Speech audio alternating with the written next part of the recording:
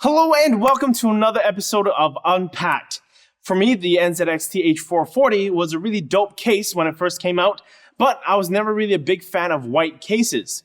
Then I found out NZXT came out with more colors, reintroducing the new H440 in red and blue.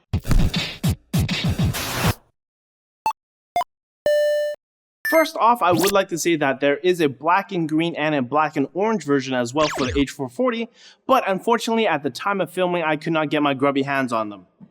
The exterior for the H440 is exactly the same, but let's give you guys a refresher course just in case you forgot. All of the H440s have a matte black finish while all the plastic color parts are glossy. The front panel has no optical bays. This gives the H440 a nice clean look to it. Besides, when was the last time you inserted a disc in your PC? I know, right? Also, there is a tiny NZXT logo at the very bottom of the front panel. At the top panel of the case, we have a reset and a power button, headphone, microphone, 2 USB 3s, and 2 USB 2 ports. And around the sides of the top panel, we have some ventilation as well. On the right-hand side, we have a little bit of ventilation, but mostly a whole lot of side panel. And on the back, we have the motherboard I/O, an included 140mm fan, some vents for exhaust, and the power supply, and this little fancy little button that turns on the NZXT logo on the side panel here, and also the I/O light so you can tell what the heck you're doing. And on the left hand side, we have this nice window that shows you all of your juicy innards. And on the bottom, we have a dust filter for the power supply, and these 4 1-inch feet made out of rubber and plastic. Now, before we journey further into the case, let's see what's behind the front panel. With the front panel off, we see lots of noise dampening foam. This helps with the case being nice and quiet. And we also see air intakes here like we saw earlier on the side. Now right here is the magnetic dust filter, super easy to take off, super easy to put back on. And behind the dust filter, we find 3 included 120mm fans for all of the cooling. Let's start with the right hand side. Taking off the side panel, we see that the entire panel is covered with the same foam material that we saw behind the front panel. Again, with this, you can expect a super quiet system. Plus, it helps with cable management as well. Like if you don't use zip ties on the tie downs. The foam can help with preventing the cables from moving around. Speaking of tie downs, we see a lot of them all over the back of the motherboard tray. There's a weird shaped motherboard backplate cutout, a fan controller for up to 10 fans. We also see here grommets and 5 hard drive trays. Now, if you'll notice the spacing here for the hard drive trays, it's a lot bigger than normal.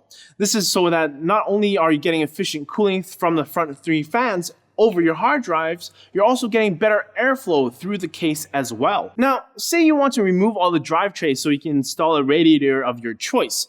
You can actually go ahead and do that, and there's still one more hard drive mounting point at the very bottom of the chassis. Now, nestled in one of the drive trays, we find the included accessories box.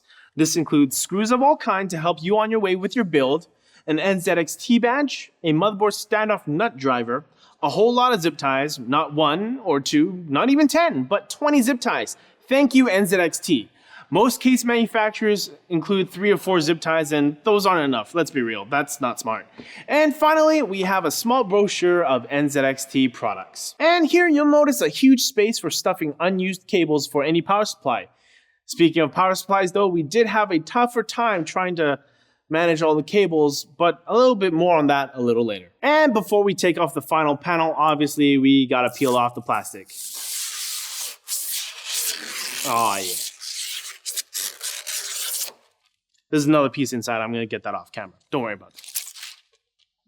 Now for this episode, we decided to partially build inside of each of the H440s to show you what actually can be stuffed all up in the case. For the red system, we have an XFX Radeon 295X2 mounted in here, and the cooler is mounted at the top there. Now, the 295X2 is a tad long, so you will be losing out on a couple of drive trays. Now, we've got some Avexir LED RAM, a Gigabyte Z97 motherboard with an i7 4770K cooled by NZXT's very own Kraken X41, which is mounted at the back for exhaust. And for our blue system over here, we've got 2 dual Sapphire VaporX cards, a Kraken X61 cooling a i5 4670K, and that's mounted up here. For the motherboard, we have the MSI Z97S SLI Plus loaded again with the Avexir LED RAM. Now, just below the motherboard there are 2 spots for 2 2.5-inch drives. So a total of 8 drives can be installed on the H440s. Now those 2.5-inch drive trays sit on top of the power supply shroud. The shroud itself does have that illuminated NZXT logo that can be toggled on or off with the switch at the back.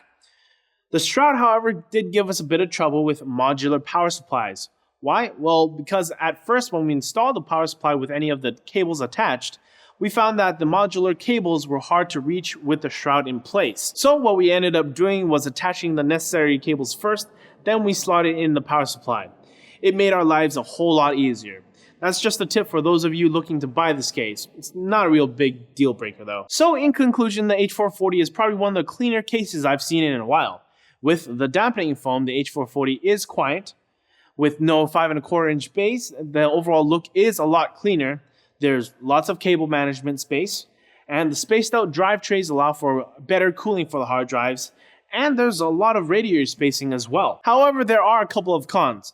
The power supply shroud can hinder the installation process if you have a modular power supply, and for those who actually still use disk media, having no 5.25-inch base is a bummer. But now that NZXT offers more colors for the H440, I can definitely see more of these flying off the shelves at $129.99 Canadian. Leave a comment down below. What's your favorite color combination for the H440?